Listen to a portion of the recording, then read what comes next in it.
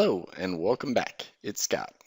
Today I want to talk about commercial real estate. So, post-COVID, it's been an interesting, almost post-apocalyptic thing going out and driving around.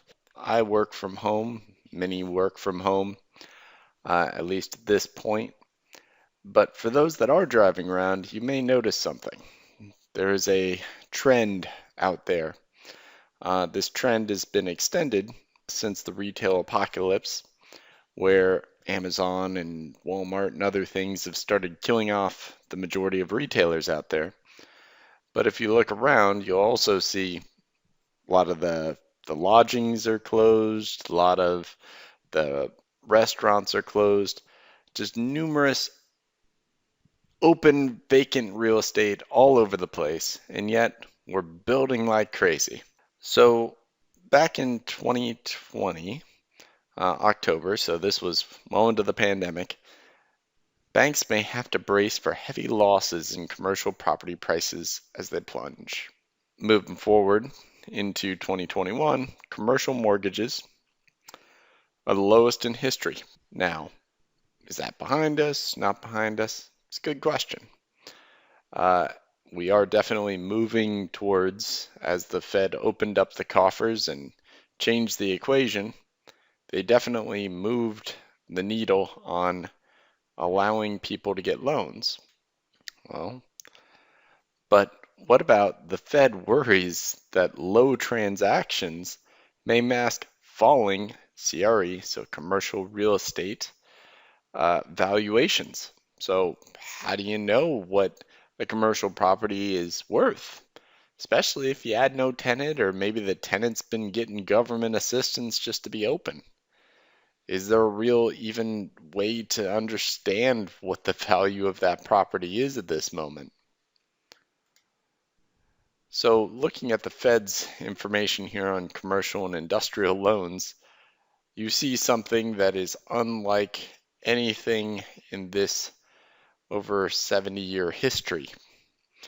This ginormous spike up in a percentage change, and then a ridiculous drop off that is only second to 2008, a supposedly once in a lifetime crash of real estate. And here we are again, just a couple years later. Now, looking at delinquencies, we can see something interesting here, depending on the sector. So in this case, retail. We look at 90-day delinquent. So this is over 3 months. You see this large amount of delinquency on just retail loan. Lodging, so all those hotels couldn't have anybody in there. Huge gap, just not paying. Now, how can you have a business and your business is provide building for money when those inside those buildings are not making any money? Well, the government can give you money, but you're still not paying. This is April 2020 to February 2021. So those delinquencies are not necessarily getting better. There are more delinquencies occurring. That's what I'm reading here. Now, if that's the case, we're going to have a lot more issues in a coming sell-off and a devaluation of these bonds as we find that tenants are not able to come in them. On top of that, we have things like offices and buildings that businesses are choosing to stay at home. They want their workers to work remotely. There is a large cost to having a building and paying the lease and paying that mortgage every single month, when simply that could be passed off to your employees. You pay them the same amount, and essentially you don't need the building, especially in knowledge work.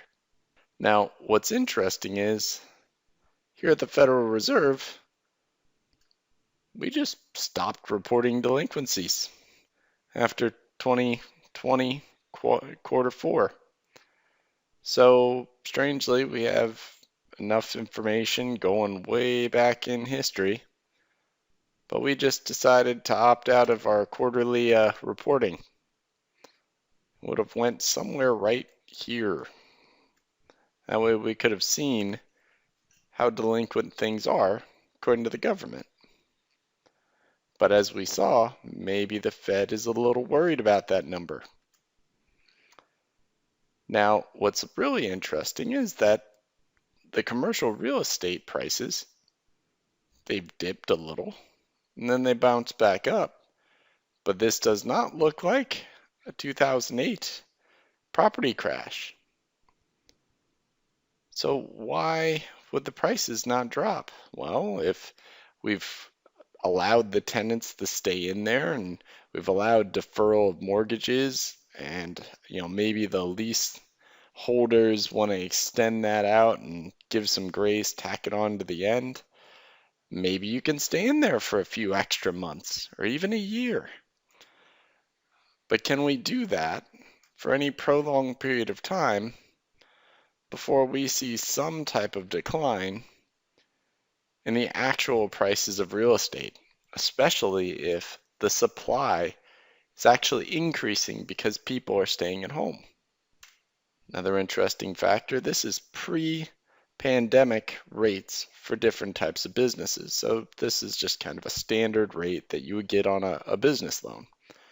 So we see there are some that are astronomically high and some that are rather low. So traditional bank loans, small business loans, we're looking 7 to 10%. Post-pandemic, well, we notice there's some new government loans here that we have for commercial real estate, small business loans. We're down to 4%. 4%, 5 to 9%. And these loans can be an average of $1 million for up to 25 years into the future. These are not short-term loans.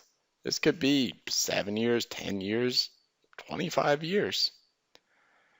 And our traditional bank loan, 5%, 2 to 13%. So that is half of the max, or even more than half of the max.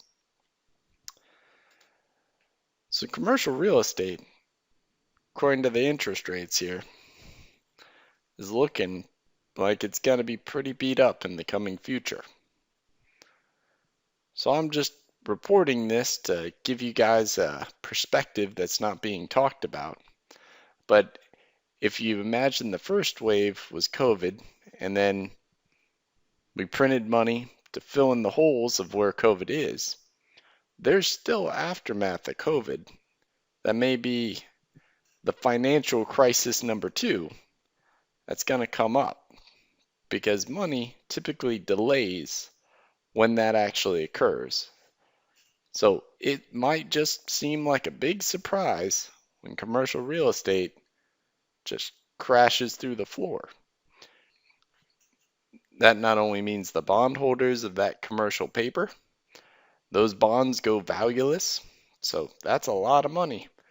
There's a lot more money in the bond market than there is in the stock market. And trust me, if the bond market is tanking, the stock market, all these REITs, these real estate investment trusts, aren't going to be producing any profits, which means you're not going to get any money either. So you guys think about that. I just want you to know I appreciate you, and like and subscribe. Thanks for listening, and we'll just keep making good content.